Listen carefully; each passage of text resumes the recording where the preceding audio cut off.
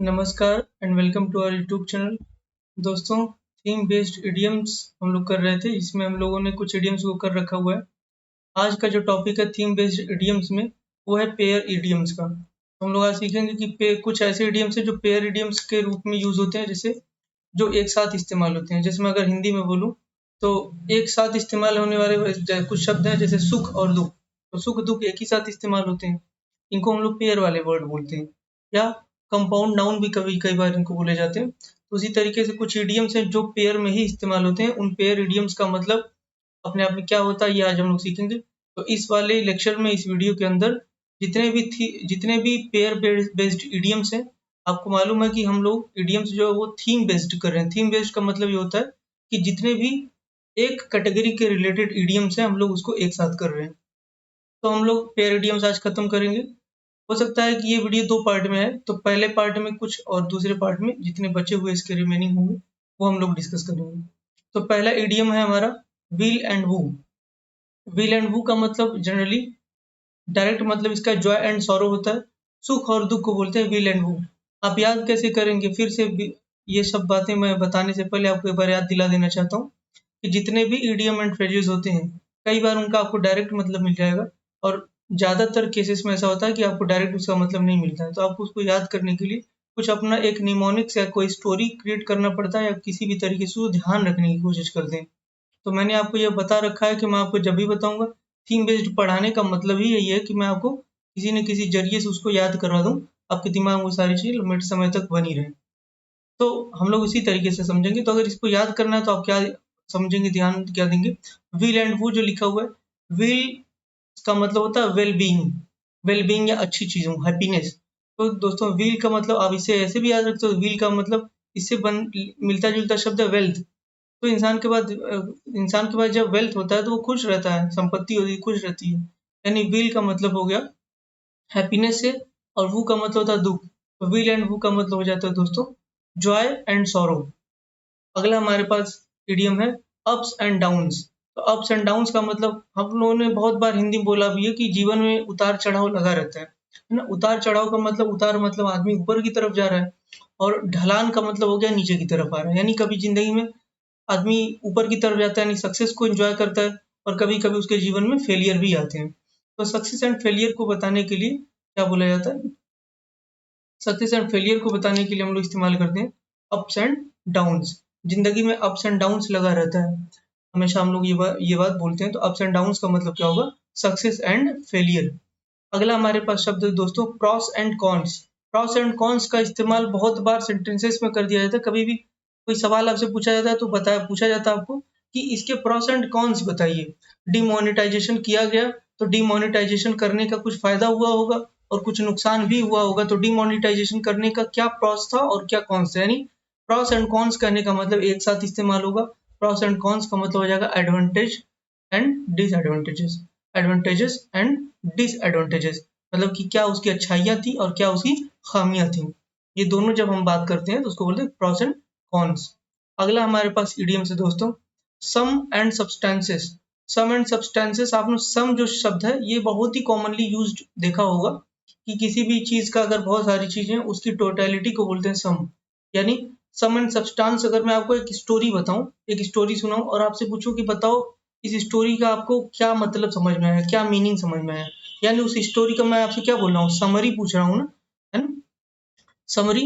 एक यहाँ पे बड़ा प्यारा सा शब्द है जिस्ट। जिस्ट का भी मतलब होता है किसी भी चीज का निचोड़। यानी कोई बड़ी सी चीज आपको बताई कि उसका क्या सारांश आपने समझा, उस सारांश को क्या बोलते हैं? जिस्ट बोलते हैं।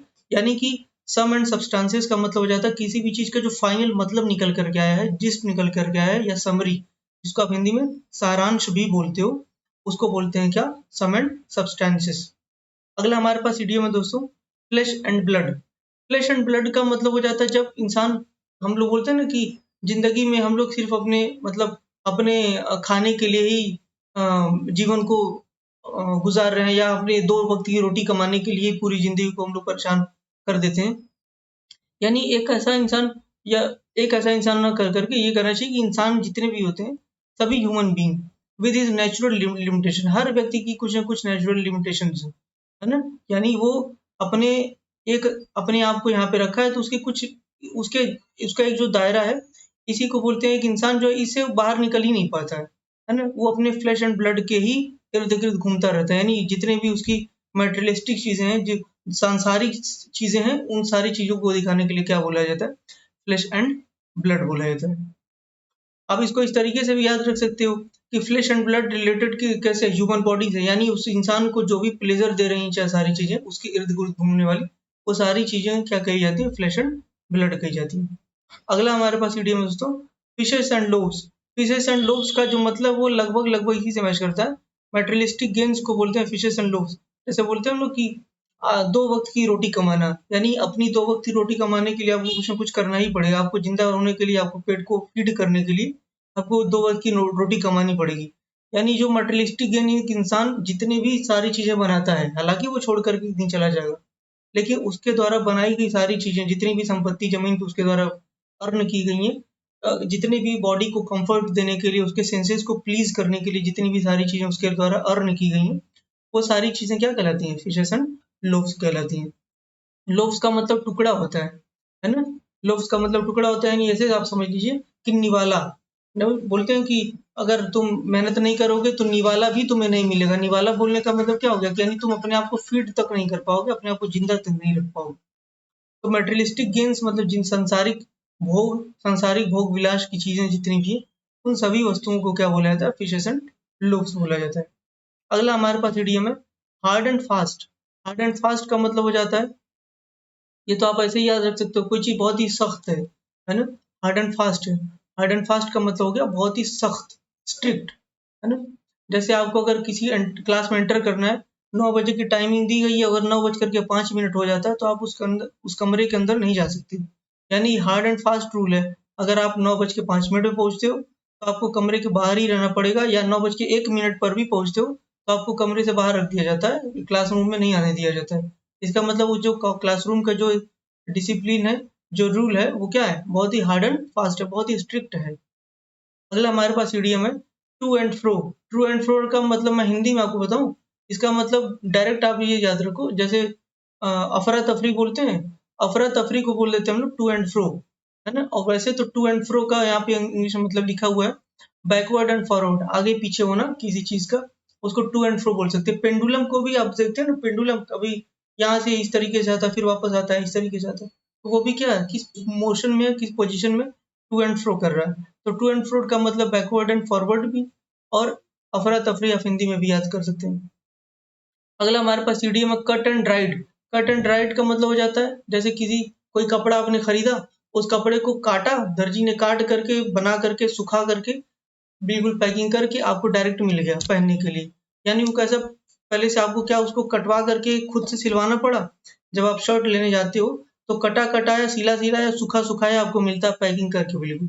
आप अपनी साइज बता देते हो, उसके हिसाब से आपको मिल जाता है।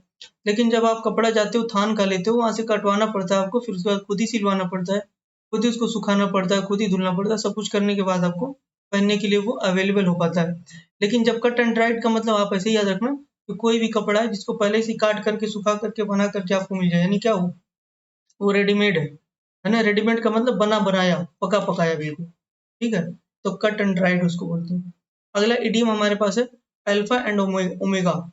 अल्फा एंड ओमेगा का मतलब होता है ए टू जेड, मतलब कोई भी चीज इनिशियल से लेकर के फाइनल स्टेज तक, शुरू से लेकर के अंत तक, उसको बोलते हैं अल्फा एंड ओमेगा। याद कैसे आप रखेंगे दोस्तों? आप ये इमेजिन करो कि ये वर्ल्ड जो बना है, वर्ल्ड बहुत सारे छोटे छोटे पार्टिकल से मिल करके, पहले जिसको आप अणु बोलते हैं, मॉलिक्यूल बोलते हैं, एटम बोलते हैं, वो सारे चीजों को मिला करके तब जाकर के कोई एक पदार्थ बनता है। उन पदार्थों के अलग अलग सब्सटेंस, उन पदार्थों को जोड़ जोड़ करके उन्हीं पदार्थों से पूरी दुनिया बनी हुई है। लेकिन जो पदार्थ का सबसे छोटा पार्टिकल है दोस्तों, एकदम स्टार्टिंग पार्टिकल, यानी एकदम इनिशियल फेज, सबसे स्टार्टिंग, उसको हम लोगों ने कुछ नाम दे दिया गया, है ना? अल्फा, बीटा, ओमेगा, इस तरीके का, अल्फा बीटा गामा, इस तरीके से हम लोगों ने नाम दे रखा हुआ है, वैज्ञानिकों ने नाम दे रखा हो। तो अल्फा से आप याद रखेंगे कोई चीज का इनिशियल पार्टिकल, कोई भी चीज का इनिशियल स्टेज, यानी अल्फा एंड ओमेगा से तो क्या हो जाएगा, अल्फा एंड ओमेगा का मतलब कोई भी चीज स्टार्ट कहाँ होती है, ए से, और कहाँ पे खत्म होती है, जेड पे। तो अल्फा एंड ओमेगा का मतलब क्या हो जाएगा, कोई चीज स्टार्ट ए से हुई और जेड पे खत्म हुई, यानी स्टार्टिंग से फाइनल स्टेज तक को क्या बोलेंगे, अल्फा एंड ओमेगा। अगला हमारे पास इडियम्स है all and sundry. All and sundry का मतलब होता है, ऑल का मतलब सब कुछ है ना, तो ऑल एंड सन्ड्री का मतलब हो जाता है कि कोई भी चीज जब हम एक बहुत सारी चीजों की जब बात करते हैं तो उनके बारे में अलग अलग तरीके से बात ना करके, सेपरेटली बात ना करके, जब उन सभी चीजों का टोटलिटी में हम बात करते हैं ना, उसको बोलते हैं ऑल एंड समरी। और यहाँ पे इसका एक चीज के साथ आप और याद रखेंगे कि ऑल एंड समरी जब हम बोलते हैं तो किसी भी चीज को छोड़ा नहीं जाता उसमें, है ना। जैसे अकाउंटिंग किया गई, अकाउंटिंग के अंदर जितने भी खर्चे हैं, जितने भी चीजें लिखी गई, कोई ट्रांजेक्शन हुआ, कोई चीज खरीदी गई, कोई चीज बेची गई, कुछ खर्च हुए हमारे ऑफिस के, कुछ बाहर के, तो वो सारी चीजें जब जोड़ करके लिखी जाती हैं, वो सारी चीजें दिखाई जाती हैं अकाउंटेंसी में, अकाउंट में, तो उसको हम बोलेंगे कि all and summary details were stone in the accounting books. मतलब कि ऑल एंड समरी करने का मतलब कि कोई भी छोटे से छोटा चीज भी छोड़ा नहीं गया। यहाँ पे लिखा हुआ ना, एवरीवन विदाउट डिस्टिंक्शन, क्यों कोई भी चीज बिना भेदभाव के सब कुछ टोटलिटी में, तो उसको बोलेंगे ऑल एंड समरी। अगला हमारे पास ईडीएम से ins and outs. Ins and outs का मतलब अगर मैं बोलूं कि अगर कोई एक जगह मान लो कोई मौका है वारदात पे, कोई मर्डर हो जाता है ना, और वहां पे पुलिस पहुंचती है और एक ऑफिसर है अपने कांस्टेबल से कहती है कि यहाँ का डिटेल मुझे मुझे एक एक छोटी से छोटी डिटेल मुझे चाहिए इस केस को सॉल्व करने के लिए। यानी इस केस के अंदर बाहर जितनी भी सारी चीजें हो सकती है, इन्स एंड आउट्स, जितने भी इसके इन्स एंड आउट्स हो सकते हैं, है ना, जितनी भी छोटी से छोटी और बड़ी से बड़ी डिटेल्स हो सकती है, अंदर की और बाहर की, मुझे सब कुछ चाहिए, है ना। तो इन्स एंड आउट्स का मतलब हो जाता है full detail of anything is called ins and outs. अगला हमारे पास इडियम है फायर एंड सोल्ड। दोस्तों इतना डिस्कशन करने के बाद ये सारी बातें आप ऐसे रटा रटाया मत याद करो, मेरे साथ डिस्कस करके आपको अच्छे से याद हो जाएगा। तो इसलिए कोशिश ये करा करिए कि डिस्कशन में आप इन्वॉल्व रखें, चीजों को इमेजिन करने की कोशिश करें। अगला हमारे पास इडियम है 13 नंबर पे फायर एंड सोर्ड। फायर आप समझ ही रहे हैं, फायर एंड सोर्ड कुछ ऐसा है जो फायर एंड सोर्ड, हम लोग इसको कैसे याद रखेंगे, जैसे हम लोग हिंदी में कभी कभी बोलते हैं ना किसी को कि अरे यार तुम तो हमेशा आग ही उगलते रहते हो, अरे यार हमेशा तुम तो तलवार लेकर के बात करते हो। यानी तलवार लेकर के बात करने का मतलब क्या क्या एग्जैक्टली क्या लिटरली वो तलवार निकाल करके बात कर रहा है या कर रही है? नहीं, उसके कहने का अर्थ क्या है, तलवार निकाल करके बात कर रहे हो या बहुत ही आग हो करके बात कर रहे हो, कहने का मतलब है कि वो बहुत ही ज्यादा गुस्से में है ना, एक्सट्रीमली एंग्री है वो। तो एक्सट्रीमली एंग्री इसका मतलब यहीं पे इसीलिए लिखा हुआ है रेज। रेज जो बहुत ही ज्यादा कोई गुस्सा होता है उसको रेज कहते हैं। तो anger, rage and drive, to go on rampage, बिल्कुल बिल्कुल विभत्स स्थिति में कोई चला जाए, बहुत ही गुस्सा हो जाए, है ना, तो उसको बोलते हैं to go on a rampage या फायर एंड सोर्ड। अगला हमारे पास ईडीएम है दोस्तों, इसके बाद fire and brimstone. Fire and brimstone का मतलब, मैं इस शब्द का मतलब आपको समझाना चाहता हूँ। ये ब्रिमस्टन जो लिखा हुआ है ना, इसका मतलब पहले से जान लो, इसका मतलब होता है सल्फर, है ना। ब्रिमस्टन जो है ये एक आर्केक शब्द है। आर्केक का मतलब क्या होता है जी, ये समझो, कोई भी चीज जो इनिशियली यूज होती थी लेकिन आज आज यूज नहीं होती है, बहुत टाइम पहले इस्तेमाल हुआ करता था लेकिन अब इस्तेमाल नहीं किया जाता। बहुत पहले कोई चीज इस्तेमाल हुई थी, इसका मतलब कि एंशियंट हो गई, वो प्राचीन हो गई, आर्केक हो गई, मतलब चलन से बाहर। जैसे कई बार हम लोग फैशन में बात करें अगर, तो जब अमिताभ बच्चन का टाइम चल रहा है तो उस टाइम में पैंट कैसे बनते थे, पैंट्स जो थे वो बेल बॉटम थे, है ना। बेल बॉटम, बेल कैसा होता, घंटा, घंटे के आकार का इस तरीके का पैंट बनता था, है ना। ऊपर की तरफ जो है पतला रहता था, नीचे की तरफ इस तरीके से उसकी उसका बॉटम रहता है, तो इसको बेल बॉटम बोलते थे। तो क्या आज के टाइम में कोई बेल बॉटम पहनता है? नहीं। क्यों नहीं पहनता भाई? क्योंकि ये जो फैशन है ना, ये आउटडेटेड है, यानी ये आर्केक हो चुका है, एब्सोल्यूट हो चुका है, इसका कोई यूज नहीं है प्रेजेंट टाइम, इसलिए हम इसको यूज नहीं करते हैं। तो ऐसे कुछ ऐसे शब्द भी होते हैं दोस्तों जो पहले तो यूज किए जाते थे, आज के टाइम में यूज नहीं किए जाते। उन शब्दों के लिए आर्केक शब्द यूज होता है, मतलब ये आर्केक वर्ड है किसके लिए, सल्फर के लिए। तो सल्फर जिसको हम लोग सल्फर बोलते हैं, वो एक और नाम से जाना जाता है, ब्रिमस्टोन नाम से। अब सल्फर का यूज क्या होता है, जैसे आपने मैस्टिक्स देखा है, माचिस जिसे आग जलाया जाता है, तो उसके साइड में फास्फोरस सल्फर लगा होता है ना, उसके वजह से आग लगती है, आग जलाया जाता है। यानी किसी चीज को अगर फूकना है तो वहां से जला करके तुम कर सकते हो। यानी सल्फर का यूज जो है वो आग लगाने या किसी चीज में को जलाने में किया जाता है ना। इस तरीके से आप समझ गए।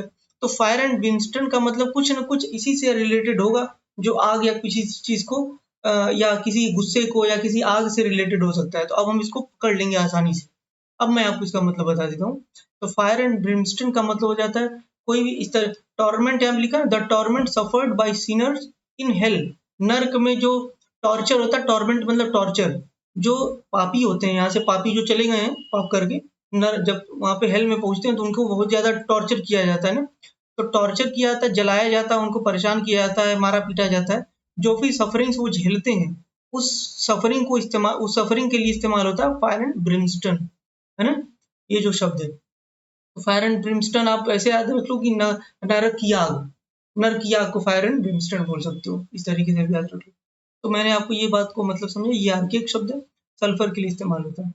अगला हमारे पास दोस्तों शब्द है, शब्द नहीं इडियम है, far and wide. Far and wide का मतलब होता है सभी दिशाओं में, है ना। और याद आप कैसे रखोगे, फार का मतलब दूर होता है ना, तो दूरी का मतलब ऐसे समझ लो लंबाई, और वाइड माने चौड़ाई। तो लंबाई मतलब मेरे सामने से इस तरीके से लंबाई हो जाएगा, और चौड़ाई का मतलब इस तरीके से इधर की साइड में, है।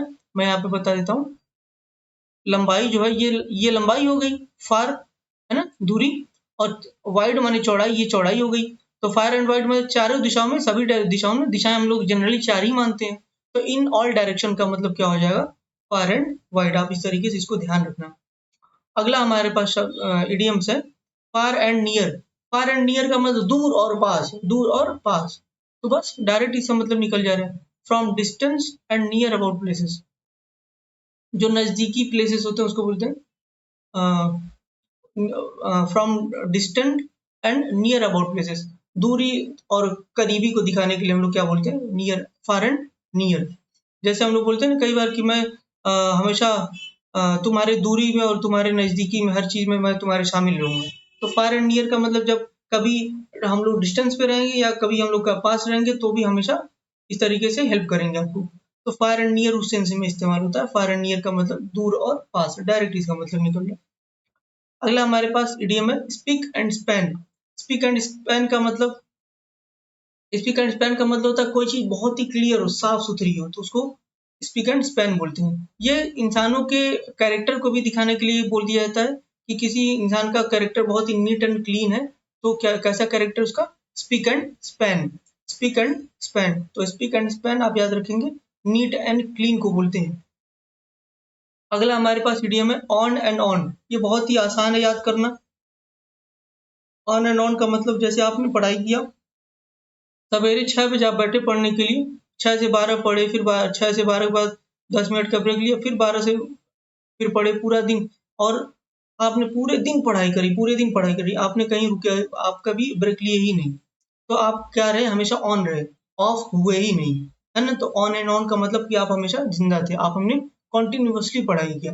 कॉन्टिन्यूसली से याद आया, एक शब्द मैं आपको यहाँ और बता देना चाहता हूँ, हालांकि मैंने बताया हुआ है, फिर भी बता दे रहा हूँ। कॉन्टिन्यूसली एक होता है, एक होता है कॉन्टिन्यूली, है ना। तो कॉन्टिन्यूली और कॉन्टिन्यूसली में क्या फर्क है, कॉन्टिन्यूसली का मतलब होता जाता है जब कोई काम आप करें और विदाउट ब्रेक करें, बिना रुके बिना थके जब कोई काम करते हैं तो वो होता है कॉन्टिन्यूसली। लेकिन जब आप बोलते हैं कॉन्टिन्यूली, इसका मतलब कि आप कोई काम लगातार तो कर रहे हैं, कंटिन्यूसली में भी लगातार करते हैं, कॉन्टिन्यूली में भी लगातार करते हैं। फर्क ये है कि जब इसमें कॉन्टिन्यूसली में लगातार करते हैं तो इसमें आप ब्रेक नहीं लेते, कहीं पर भी ब्रेक नहीं लेते। लेकिन कॉन्टिन्यूली में जब आप लगातार करते हैं कोई काम, तो यहाँ पे आप ब्रेक ले लेते हैं। जैसे आपका हार्ट है, हार्ट वो कंटिन्यूअसली धड़क रहा है, वो अगर ब्रेक ले लिया तो जिंदगी आपकी ब्रेक हो जाएगी, है ना। तो कंटिन्यूअसली आपका हार्ट जो है वो कंटिन्यूअसली काम कर रहा है। लेकिन आप लोग पढ़ाई कैसे करते हैं, वो कंटिन्यूअली पढ़ाई कर रहे हैं। ऐसा तो नहीं कि जब से पैदा हुए थे तब से कलम छोड़ा ही ना, वहीं बैठे हैं, एक ही जगह जमे, वहीं पे नाश्ता पानी सब कुछ करते हैं। ऐसा तो नहीं, नहाने भी नहीं जाते हैं, खाने भी नहीं जाते हैं, और वो सब काम भी नहीं करने जाते हैं, ऐसा तो है नहीं। तो कंटिन्यूअली का मतलब हो गया कि आप काम तो करते हैं, लगातार ही पढ़ रहे हैं, बचपन से लेकर के 12वीं पढ़ी, 12वीं के बाद ग्रेजुएशन, बड़ा ग्रेजुएशन का तैयारी कर रहे हैं, एग्जाम्स दे रहे हैं, तो आप लगातार पढ़ रहे हैं। लेकिन लगातार में क्या, विद ब्रेक पढ़ रहे हैं, विदाउट ब्रेक नहीं पढ़ रहे हैं। तो ऑन एंड ऑन का मतलब भाई कंटिन्यूअली नहीं होगा, कंटिन्यूअसली होगा, लगातार आप कोई काम कर रहे हैं। अगला हमारे पास इडियम है दोस्तों, अगेन एंड अगेन। अगेन का मतलब जब कोई काम आप बार बार करें, बार बार करें, यानी आपने रिपीटेडली किसी काम को किया है। रिपीटेडली का मतलब लगातार बार बार बार बार वही काम दोहराया जा रहा है, तो उसको बोलेंगे आप लोग अगेन एंड अगेन। कॉमन था, बहुत ही कॉमन था। अगला हमारे पास इडियम है now and then. Now and then का मतलब कोई काम कभी हुआ और अब हो गया, मतलब लगातार नहीं हो रहा, कभी कभी हो जाता है, कभी कभी नहीं होता, यानी नाउ एंड देन, तब हुआ था और अब हो गया। यानी वो कोई कोई भी ऐसा काम जो जो ओकेजनली हो, ओकेजनली हो का मतलब कि कभी कभी कभी कभी हो जाता है। हिंदी में से आप क्या बोलेंगे इसको, नाउ एंड देन को यही बोलेंगे, जब तक हो जाता है। यानी आपको कोई चीज मतलब पता नहीं है, सर्टेनिटी इसमें नहीं रहती है कि आप बिल्कुल फिक्स है कि भाई ये काम इसी दिन होगा, ऐसा नहीं है, कभी भी हो सकता है। यहाँ पे लिखा ना ऑफन, ऑफन में आप सर्टेन थोड़ी है कि आपको ये पता है कि ये काम तभी होगा, अभी होगा, है ना। ओकेजनली कभी कभी हो जाता है तो उसको बोल देंगे नाउ एंड देन। आगे हमारे पास जो इडियम है of and on and on तो आपको पता ही है, ऑन एंड ऑन का मतलब आप हमेशा चालू ही थे, बिल्कुल बंद हुए ही नहीं। ऑफ एंड ऑन यानी ऑफ होने कभी कभी बंद हो जा रहे थे और कभी कभी चालू हो जा रहे थे, यानी कभी कभी बंद होना, कभी कभी चालू होने को क्या बोलेंगे, इरेगुलरली, मतलब आप रेगुलर नहीं थे, स्पोरेडिक थे आप, है ना, या इंटरमिटेंटली थे। इंटर, ये बड़ा ही प्यारा सा शब्द है स्पोरेडिक। स्पोरेडिक का मतलब हो जाता है इरेगुलर, कोई भी व्यक्ति इरेगुलर, स्पोरेडिक उसको बोलेंगे। तो इरेगुलरली, स्पोरेडिक या इंटरमिटेंटली, ये तीनों